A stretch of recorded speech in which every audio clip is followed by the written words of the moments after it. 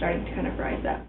Creating revival. I mean, seriously, the pastors that we saw down there, they each had, the passion of, just reviving this nation. God is already moving in big ways there and is establishing anchors in these small churches placed around the country. I learned specifically what Jesus meant when he said, help the poor. In Cambodia, it's like you turn left and, there's someone to help. What was one of the kids that I came to really know and love a lot, and it was just totally different than seeing, this commercial about, people in poverty versus walking up through this rice paddy to her home and seeing, what that it was actually like. It opened my eyes to the world, and something that you can never see on the internet or in a book,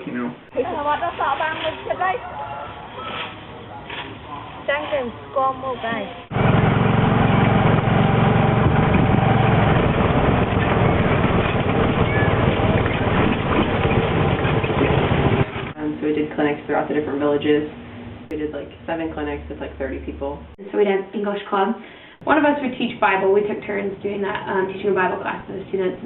Documenting what their life was like before coming to the orphanage and how their lives have changed since then. We had a concert where we had music and acting and interpreting while scripture was being read. Kit and Ream had been wanting to do something similar for some time. The local pastors were there to share the message of the gospel with them. We're estimating about 3,000 people both nights got to hear.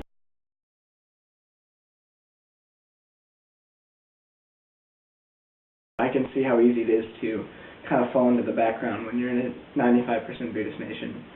Pretty startling to see that the biggest and most elaborate structures of this impoverished nation were to worship this dead man. On the first couple days, we saw the killing fields and then some of the genocide areas, reading the scripture and seeing, this is the double-edged sword of free will.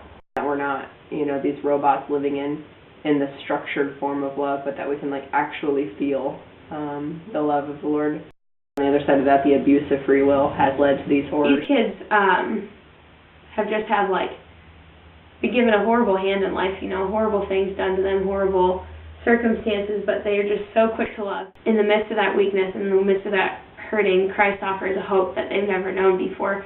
God is working, and He cares about people so deeply, more than I could ever care about anyone. I'm afraid of hurt, I'm afraid of pain, I'm afraid of difficulty, and the Lord just continuing to kind of usher me into that place, okay, life of ministry is going to be painful and difficult, and it's going to hurt, but I'll be there. Before, I've always thought of ministry as this big sacrifice that only, some of us can do. The way Kit and Ream live life over there is really encouraging and sheds light on what God has called all of us to do with our lives. They just happen to be doing it, over in Cambodia. Often I say and other people say, God, can give us strength to do anything, or nothing is impossible with God. And it's easy to say it, but when you actually see that nothing is impossible with God, a deaf man can receive hearing again after 30 years of not being able to hear, that rocks your world, and it's crazy. Loving them and helping them at the school and joining them in their daily life was a ministry in itself.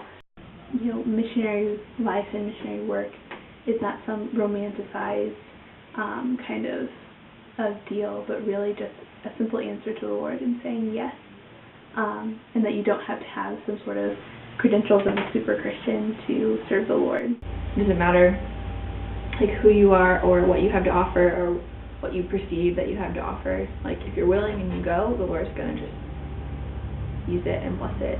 If God asks you to do something, just do it. Don't ask why, don't ask how, just do it. And I guarantee it'll be the best decision you ever make. So.